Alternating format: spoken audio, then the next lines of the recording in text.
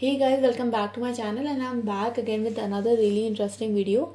And in this video guys, we are going to understand one of the most important topic in Flutter, which is state management. But before I start with the video guys, just want to request you that if you have not yet subscribed to my channel, then please do subscribe and hit the bell icon for future notifications of more such programming and coding related videos. And let's get started now. So the first thing guys, what is a state management, right? What is the concept of state management? So let's say we have created a new file, right? So let's say I have got all these files here in my IDE and I go to file and then I create a new file, right? Let's say I create a dummy file, dummy.dart. And you can see that as soon as I created the file, this file is now getting reflected in this list, right? So this is nothing but state guys. State is something that we have a certain set of data with us. Now if in that data objects you add anything, you update anything, you delete anything, whatever you do with that data, you need to update the view with it, right? So that is called as state management, that you update on updating the data when you are updating the view, or basically on clicking anything or on doing any action, you are updating your user interface. That is basically called as your state management, right? So that is the basic of state management. Let me delete this file now. Now let's jump into the types of state in Flutter. So there are two types of states in Flutter. One is called as ephemeral state and one is called as app state. Now what is ephemeral state guys? The ephemeral state is pretty straightforward. This is a UI state or a local state. So what does we mean by a UI state or a local state? It basically means that ephemeral state is specific for a specific widget, right? Let me also show this with an example. So I'm not going to code the entire thing here guys for ephemeral state. Because I already have created a state management example for this. And don't worry guys, this example is pretty straightforward to understand and you will not have any issues in implementing this. So let me just run this example guys. In this example, what we are doing is we are simply trying to make sure that if I click a button, then if the button is off, it becomes on. If it is on, then on clicking it, it becomes off. Okay. And this is how this example is basically implemented. So you can see that initially I have created a class called as myApp, which is extending stateless widget. Because this is my main class, this is the main web page that I'm going to display on the screen. So this web page is not sending data to any other web page, hence this can be stateless because we don't need to maintain its state. Now this bigger container is going to be represented by a material app, and this material app is going to have a home page, right? And home page obviously is a stateful widget, because if let's say you are navigating from one page to another, and we did see this in the navigation tutorial before. So your pages, your web pages are going to be stateful because you might navigate from one page to another. Okay. So my home page is a stateful widget, and in this stateful widget we are going to create a state object, and that state object is called as my home page state, which is also extending the state class. Okay. Now this state class, this my homepage state class is going to have a string value defined. And if you are creating a state class, so obviously this is our ephemeral state, right? So your state class, if a class is extending your state class, that becomes a ephemeral state. And ephemeral state, as I told you, is a UI state or a local state. So it is specific to a specific widget. So that is why it is mandatory that you override the build function here, and in this build function you always return a widget, and the widget that you return to that widget, whatever string or values or objects, whatever you define here, are going to be specific to that widget. In our case, when we are calling the build method, we are returning a elevated button widget, and this string message is specific for this button widget and also the child widgets of this button. So this message basically string is a state, is a ephemeral state which is attached to the elevated button, and obviously all the children of elevated button will also have access to this message object. So basically you can say that this message object is a ephemeral state for this button and all its child widgets. Now that this is loaded, I can just show you how it works. So you can see that this is the string, right? This is the message string, and currently the button is off. Now once I click on it, the button becomes on and this widget is now showing on. But remember one thing, guys, I can click it off and on and whatever times I want to do. But just remember one thing, guys, this widget, so this button, this elevated button is having a text message, and this text message is getting shown only on the button, right? So this state, that means this message object, we cannot share anywhere else. So my home page state is an object which is part of the my home page, but it cannot share this value of its message object anywhere else. So this is the thing, that ephemeral state is a local state which you cannot share among the widgets.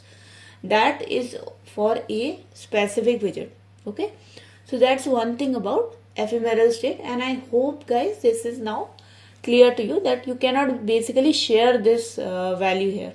Okay, and only the particular class, only this my homepage class has access to this state. Okay, only this my homepage class has access to the my homepage state and ultimately to this button, but no other pages or no other widgets can actually access it. Okay, now come to the most interesting state in Flutter, which is called as the app state. Now app state is different because it is a state that we can share across various parts of the app, and we can also share it between user sessions. Okay, so this is something we can use globally, and that's why it's also called as a shared state or an application state. Some examples, so I can say it's a shared state. Some examples can be user info, right? So for example, if anybody logs in and they have their login info or user info, or if you have a notifications button on the top, right?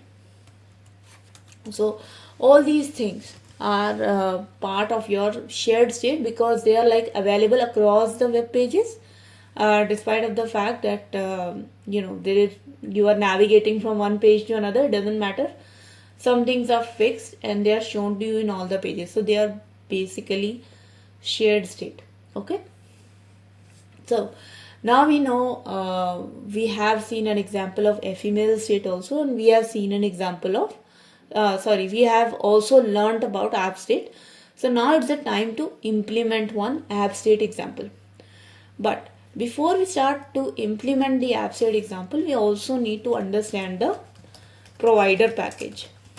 So there is something called as provider package, and this provider package is basically a third-party library, and it has got few things in it which are important to demonstrate the app state. So a provider package has got three concepts. One is the first is the change notifier class. Actually, the name of the classes are also exactly the same. So if I am saying concept or I am saying class, it basically means the same. So the first class in the provider package which is important is change notifier, then change notifier provider, and finally the consumer. Now obviously, guys, these names are pretty straightforward in themselves, right? Change notifier is nothing but a shared state object.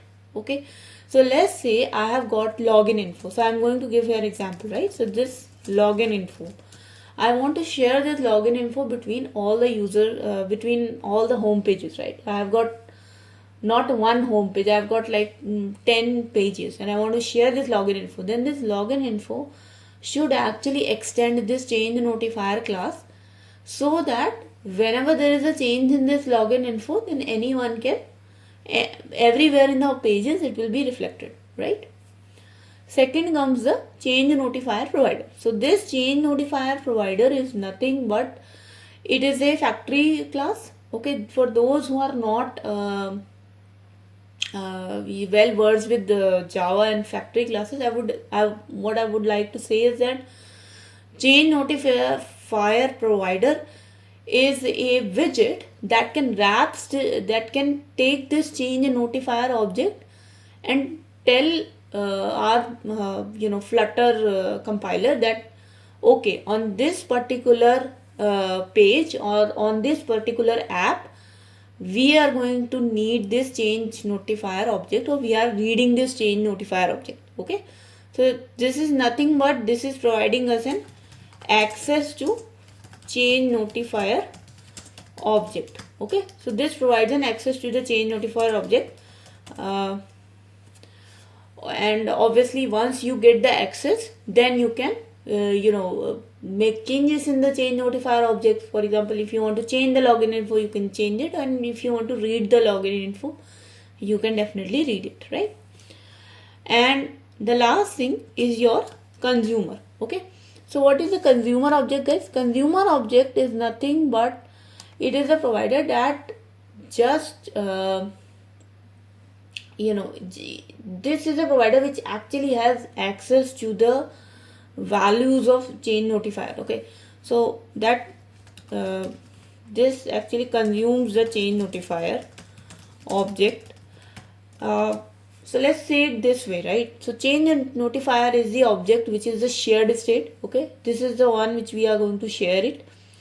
Then change notifier provider actually provides change notifier object to whichever class wants to use it, and consumer is a class which actually consumes this change notifier object, and it basically either make changes in the change notifier object. Okay, it can either call the functions of this object to change its value, or it can also reflect in its own user interface widgets.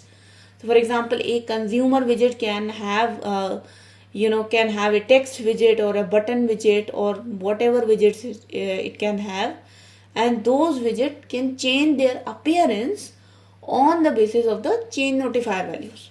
Okay, so I hope this part is now clear to you. Okay, so consumer consumes change notifier, and change notifier provider provides the change notifier object. Okay, so now that we are clear with this, guys, I think it's time that we start implementing our own change notifier object and app state example as well. So I'm going to copy few things from the previous file which I just opened, but not right now. We'll do it one by one. Okay, so the first thing is, guys, create the change notifier object, right? So let's say I want to create a counter. I want to create a counter that whichever page is having that change notifier should see a value which is counted, and all the pages which are sharing that change notifier counter should have the same value, right? So I'm going to start a counter class, write a counter class which is a shared object, and we are going to modify this counter also. For example, increment it or decrement it, and then we are going to display it. So class counter with change notifier, right? And we are going to create a counter integer value. Obviously create a constructor which can simply initialize this value. Otherwise, if you don't have this, then by default it will be 0, right? Then obviously I can just copy this, and I can go to generate, and I can select getter and setter, and obviously the IDE can do this for you, or you can code this yourself as well. But I would prefer IDE to do it for me also. So void increment. So now I'm creating some action functions on this change notifier which are going to change the value of this shared object, right? So simple increment is going to increment the counter value. And you'll see one more interesting thing, that once I change the counter value, I am going to notify all the listeners. So notify listeners. Now what are these listeners, guys? These listeners are nothing but these listeners are the consumers. All the consumers to which the change notifier object is provided, they are all going to be notified once you call this increment function. So let's say if you have created 3 pages, one is the home page, one is the about page, one is your user info page, and everywhere you are showing the username or some counter value. If you increment that counter on all the pages, it is going to reflect. So similarly, you have got increment. Similarly, I am gonna make a decrement. So decrement, in which also once decreasing the counter, we are going to notify the listeners. Okay. So this is my simple change notifier class, right? So the first thing is done, that you created your change notifier class, right? What is the next thing? Next thing is to create an application which is having a change notifier provider that is providing you access to this change notifier, right? So let's start with that class. So I'm going to create class myapp, and this class myapp is going to be my main class. So because this is my main class and it is my first page and it is like not going anywhere, so I'm just going to make it a stateless widget, right?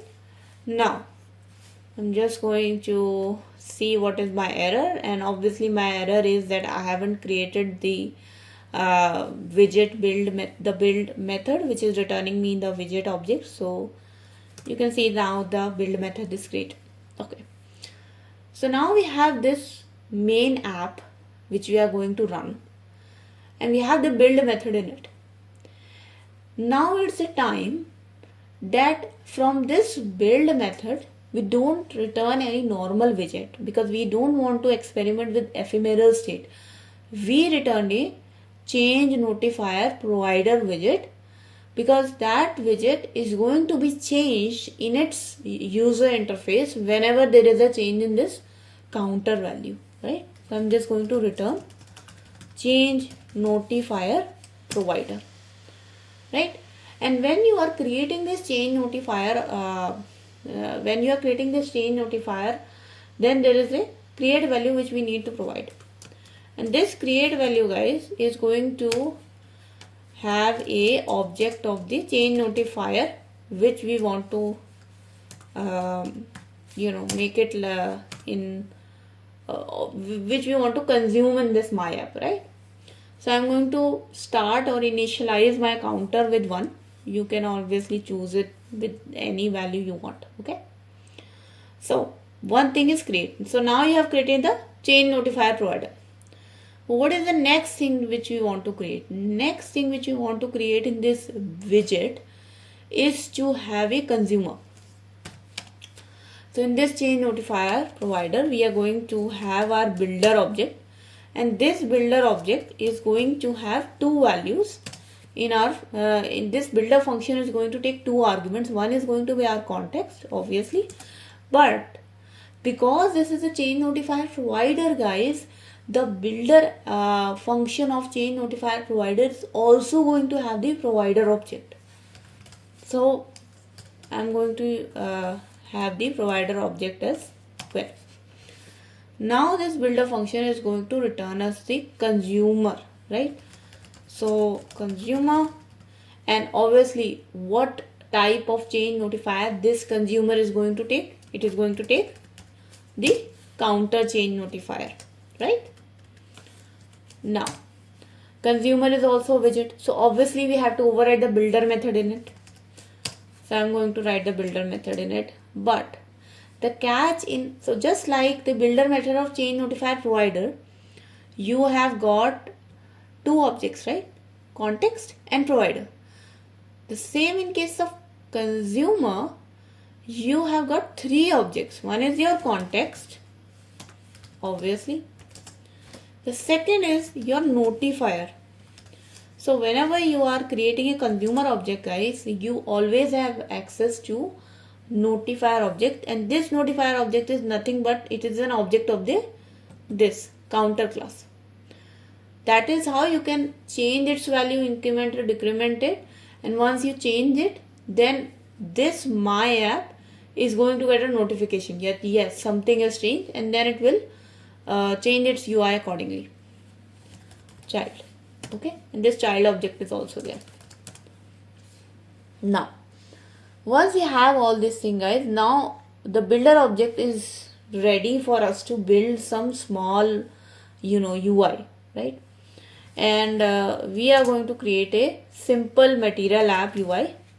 So material app UI, and let me give it a very simple title, guys. I'm going to give it a Flutter State Management title. And next is going to be some theme which we have to provide it. So the theme is going to be very simple, theme data, and primary swatch is going to be, let's say, colors dot yellow. Okay, so this thing is done. The next thing is, if you want any theme in it, so I can just give theme data light. So these things are just not that important, right? The theme and the dark theme and title, you can give it anything. What is important is the home value of material app. Okay, what is the home value? Home value is the main widget that's gonna get displayed when this material app is rendered. Okay, so if you have been following my previous videos, guys, I think I told you in detail that what is the container widget and what is your UI widget. So material app is a container widget, right? So I cannot just render any button or text just like that. I need a container for it to be placed, because if you don't have a container, there will be no direction for that UI widget to be present. So material app is just my main container, and the home value is going to have the main thing which is going to be displayed in this container, right? And what I want, guys, that in this whole container a button should be displayed. So I'm going to again say elevated button, because what I want to do, guys, on the pressing of this button, so when I say on pressed, I want that my notifier, so notifier should be incremented. Increment. This is what I want. That once you click on that particular button, then your notifier should increment, right? And once your notifier is incremented, then wherever you are using that notifier, right? So for example, I can use this notifier here itself. So I can just next to this button, I can put a text box, or sorry, not next to this button, this elevated button only, I can put a text which can have the notifier value. So notifier dot counter dot toString. So what's gonna happen, guys, that once this button is going to get rendered, if I click it, the value of the notifier, this notifier is nothing but my shared value, which is a counter object. This counter object is going to get incremented, and this button is having certain text, and that text will get displayed. Okay, so now this app is created, guys. This main app is ready, but what I do not have is my main function. Sorry about this, guys. I'm just going to have some semicolons here, which I forgot. Okay, there you go. So now I have got this my app created, but what I don't have is the main function which can actually call this app or render this main app. So I'm just going to do void main, and we all know guys that the main function in Flutter is our run app function, without which you cannot create any app or run any app. So my app, okay, and obviously semicolon again. Now what I'm going to do, I'm going to run this my home class, my home dot apply, and then okay. So I'm going to run it.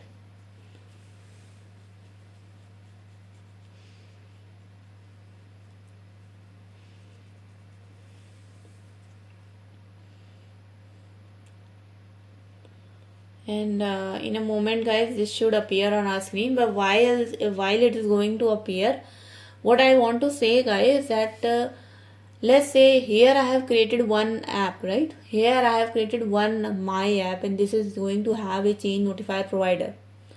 Now what you can do, just like that guys, you can create multiple state widgets, stateless widget. I mean not stateless widget, because stateless widget is generally going to be your main home page.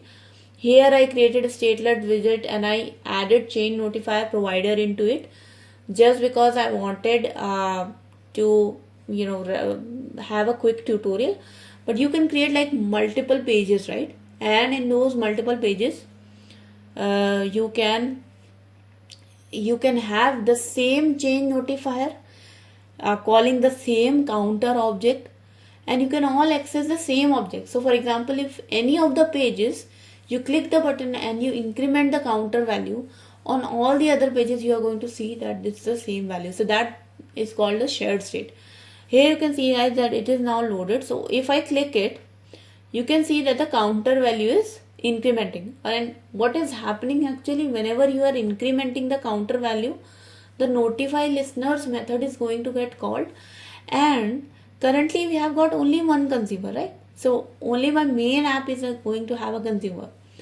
But later on, if you have got multiple widgets which are having the consumer that is consuming the counter, then all of them will be updated. Okay.